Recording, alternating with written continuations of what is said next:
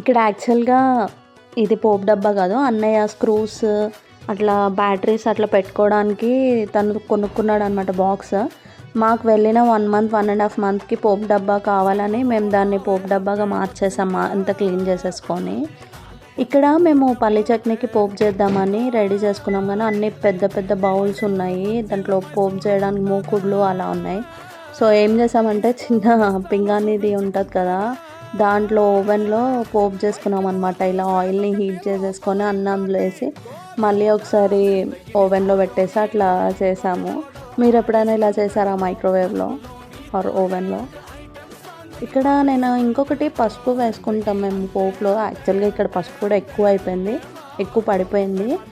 And చాలామంది అంటారు పల్లి చట్నీకి పోపు పెట్టకూడదు, పసుపు వేసి పోపు పెట్టకూడదు అని, వేసుకోరు అని. అట్లా ఏమైనా ఉందా మీకు? మేమైతే వేస్తాం.